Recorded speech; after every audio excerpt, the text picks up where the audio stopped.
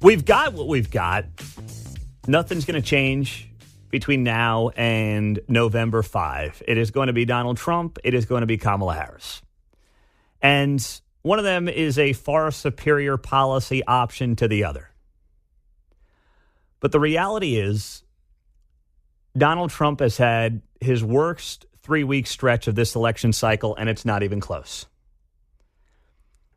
And some of you are going to hear that line, and you're going to sit there, and you're going to scream at me and yell at me through your radio, or you can call it 913-408-7957, and you're going to get mad at me over this.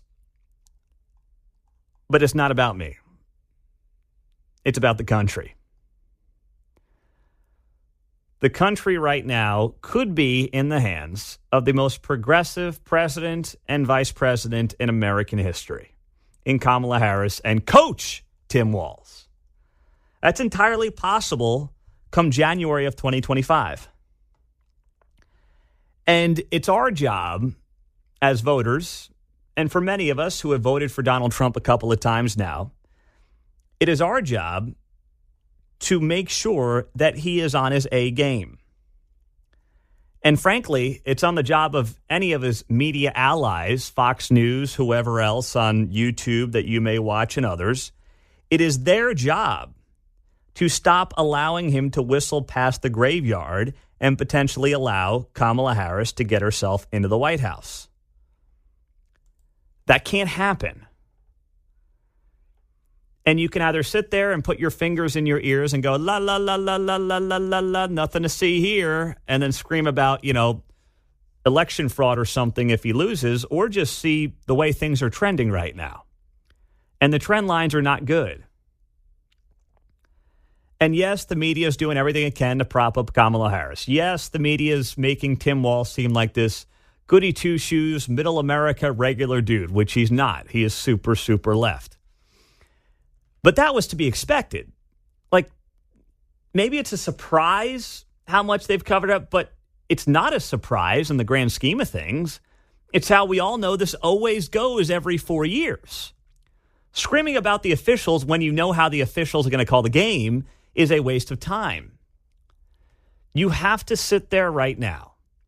If you want to see Donald Trump win, as I do, and as many of you do, regardless of what you think of the man, you see two policy platforms and you think one is far superior to the other based on the evidence that we have from 2017 up until COVID, and then what we've seen the last 3.5 years under Kamala Harris, who, let's not forget, is the sitting vice president. Kamala Harris's team is acting like she has not been in office for the last 3 years. They talk about our first day in office, we're going to do fill in the blank. It's like, hello, you're there right now. What are you waiting for? I mean, Joe's comatose. Why don't you just start doing it now? They're getting away with all that. But Trump feels like he's off his game here the last 3 weeks. And yes, he's had a tumultuous run. The guy was nearly killed a month ago. He's got all these, of course, investigations into him. He's got all these court dealings, and all that's true. And I have sympathy for the man in terms of certainly what's happened to him personally and what's gone on. I mean, the guy came within a quarter inch of getting killed. But that doesn't change the fact that when you look at the future of the country, not that America's going away, I don't want to use that kind of conjecture, but clearly there are two visions for America that are vastly different on the ballot this November. One, I perceive a far better option just based on what we've lived through the last 8 years than the other. And the guy who has to win the election feels to me like he's very distracted. He's worrying about the size crowds of Kamala Harris in Wisconsin and whether or not she's doing AI-generated photos of her crowds on social media. And you know what that does to me? That's playing right into her hand. You want to talk about 3D chess? Kamala Harris is playing 3D chess right now. And I see Donald Trump falling for it hook, line, and sinker.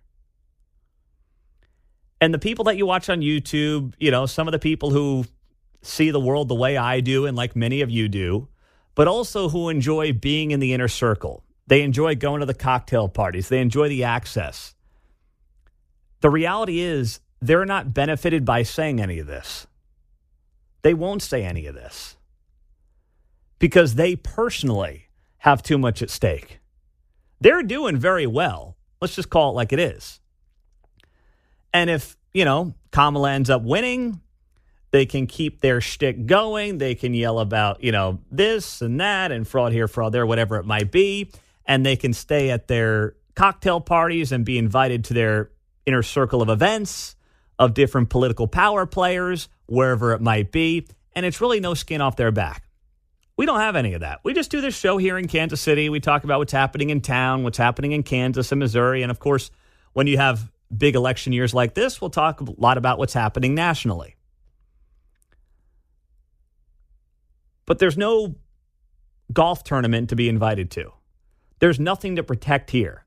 It's just an honest conversation with you about concerning trends that we've seen over the last 3 weeks and making sure that things are staying on the straight and narrow and staying super focused through November 5, because that's all that matters. The only thing that matters is staying super focused through November 5. Because if not, man, these trends for the country are going to continue in the wrong direction. Kansas City, Jonathan is on KCMO. Jonathan, good morning. What's happening? How you doing, Pete? I'm doing well. Happy Monday, my friend. Happy Monday. I totally agree with you. Like, we need to, Trump and the rest of the Republicans, they need to stay focused. Speaking of focus, and I was brought up in your show earlier, early voting starts, like I was looking online, and some of these states, they're starting early voting. It's like 50 days out or something like that, which I think is crazy, but that's the system we have. And I just cannot believe how many people on the conservative aisle that I talk to, and they still have the biggest hangups about early voting. And they think, well, if we vote on election day, it's magically going to be more secure. I'm like, it's not necessarily one is more secure than the other. Just get it done. And I just know the Democrats are going to maximize turnout that way. And people have been voting more early since COVID. And, when Trump's going to his rallies, he should be saying that every single rally, like once the early voting starts. Get out and vote now. Get out and vote now. He needs to be doing that till the cows come home. And if he doesn't do that and he just talks up a big game at the rallies, you know what? That's on him. That's totally on him. Because, if you get a couple of people at the rallies here, a couple of people at rallies there, it could come down to, a handful of votes in a handful of states, and that could make the difference. It did. It did. You're absolutely right, Jonathan. It did 2 years ago. It was 10, 11,000 in Georgia. And don't forget, in 2016, when he beat Hillary, it was a total of about 70,000 votes in Pennsylvania, Wisconsin, and Michigan. In 3 states, 70,000 votes. That is nothing. And there's now concerns about what's going on with the ground game, how that's playing out, and, what the future holds. One of the best reports over the weekend came from our friend Charlie Gasparino at Fox Business.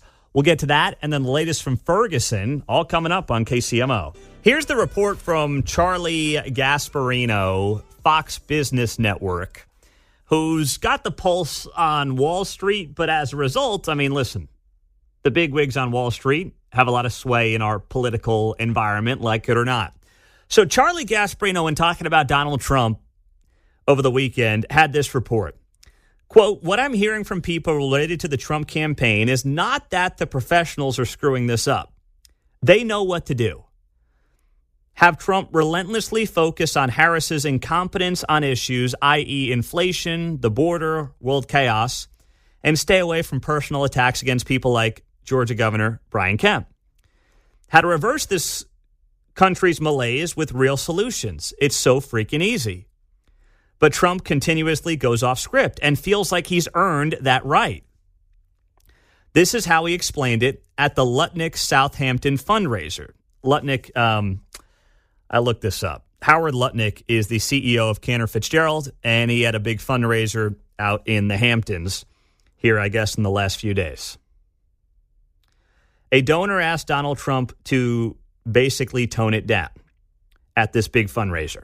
And Trump said, quote, they tried to put me in jail, they tried to ruin my reputation, and then they tried to assassinate me. At some point, you have to be truthful to yourself, end quote. Gasparino goes on the report, it's admirable, given the absurdity of the other side. a completely manufactured ticket of incompetent lefties masquerading as capable centrist operators of government. But it's a losing formula given what he's up against, including a mainstream media who wants him to lose. That's an awesome report from Gasparino. And all those things can be true. Trump feels he's earned the right to go off script based on what he's personally been through in the last couple of years. They tried to put me in jail. They tried to ruin my reputation. He was almost assassinated. That's all true. But it doesn't change the way the game is being played. It doesn't change the way the game is being called. It doesn't change the fact that the polling is moving in the other direction and it's not beneficial for Donald Trump right now. So you can have the sympathy, as I do, for some of the ways that he has been wildly mistreated. Even if you don't like the man, he has been wildly mistreated. And yes, he was almost killed. But it's not going to win him the election. And being true to yourself is great, but here's the thing. I'd rather Donald Trump, if you're giving me the option, not be true to himself and win than be true to himself and be like, oh, man, I guess we got to deal with Kamala for 4 years. Because you can be true to yourself. All that matters is, are you true to yourself when you get in office? All that matters, are you true to yourself and true to the American people by doing what needs to be done to get yourself elected? That's the only thing that matters here. Being true to yourself in terms of going off script and ripping this and ripping that and worrying about this and worrying about that, great. What do you have to show for it? Outside of being another loser, if that's the way it goes, John. The country literally is going to go in one of two directions here coming up in January of 25. That's all that should matter to anybody, never mind the guy who's at the top of the ticket right now. I'm with you. I'm in it for me. I could give an RA about his daily affirmations. Doggone it, Donald, you're good enough, you're smart enough, and people like it. It's like, put it aside. Your ultimate revenge is to be elected. Shut your mouth for 90 days, get the job, then go from there. Yeah, I mean, that is the ultimate revenge. The revenge is having the get out the vote operation, which apparently is lacking right now on the ground in key swing states. And the revenge, the ultimate revenge, is being back in the White House in January of 2025. You got to play the long game here. And that's being lost sight of rapidly. Lewisburg is where John's hanging out at 913-408-7957. What's up, John? Hey, Pete. I just wanted to give President Trump some encouragement about focus. And focus is a word that you can make into focused. But when you're focusing on being focused, you'll have focus. And that's what we're doing, and I would love to. What the hell? Wait, what was that? A Kamala line? Wait, say that again. Yes, when it is. When you're focusing on being focused, what was it? I don't even know what the heck you just said. Exactly. It's Kamala Harris. Focusing on being focused. There, every day, we have focus because we're focusing on being focused. Well, love it. Oh, okay. All right, John. Thank you, buddy. Chris and Leewood. Go ahead, Chris. You're on KCMO. Hey, Pete, I just heard you briefly talking about, Trump staying true to himself versus winning, right? And I just don't think I know a lot of people like to criticize his off-the-cuff remarks. But at this point, if the United States voter can't figure out the difference between puppet presidencies and media-run presidential campaigns versus lower taxes, lower energy prices, peace around the world, then the country is already lost, frankly. No, Chris, that's a loser mentality, man. With all due respect, it's really, a loser really mentality. The voter is not that smart. The voter is going to get way too much from the mainstream media. The American voter is stupid. So you think the American voter is stupid, is what you just said. I think there's a lot of American voters who are dumb, yeah. Okay, well, then, but Trump has gotten as far as he has in presidential politics and in life based on who he is. So I think that's how he's going to go with it. And I'm not one to just pot shot and armchair quarterback the guy. He's taken a bullet for our country. He's put himself on the line as much as any human being ever has for this nation. And if that's how he gets attention, well, with all due respect, there are millions of people who fought. I mean, listen, Trump's obviously served the country as president, but I do think that's an insult to veterans to say that he's done more than anybody in terms of putting things on the line. No one sticks up for veterans more than Donald Trump. So for me to accuse me of insulting veterans would be ridiculous. I'm just saying, you can compliment Trump, but your head doesn't need to be up his backside with some of these statements, Chris. The guy's having a bad couple of weeks. Let's just tell him on behalf of the country to get his act together and win this damn election because the country can't afford the other option. So that guys like you can pat themselves on the back when he, quote unquote, gets his act together. It's not about me, Chris. I don't care. I just want to win. That's all, Chris. All I care about is winning. Pete, that's all any of us want. And I'll say again, Donald Trump has put himself out there as a private citizen. Maybe I need to make that clarification. More so than any other private citizen, non-military private citizen. Who cares? Why does that matter? I care. I mean, I appreciate it, and it's plainly obvious to a lot of people. And to some people, you know. But what does that have to do with the moment? If he loses, who cares about that? But you got to understand, Pete. The media is never going to – the media is not – I asked you a question, media. Chris. Why is that relevant? Why does any of that matter for right now and winning? Don't go off on the media. What does that matter? Why does it matter? Because right of center guys like you trying I'm conservative. I know I'm conservative. I am conservative, to be clear. But okay, fine. But on the other side of the aisle, people in your position, they never question a thing.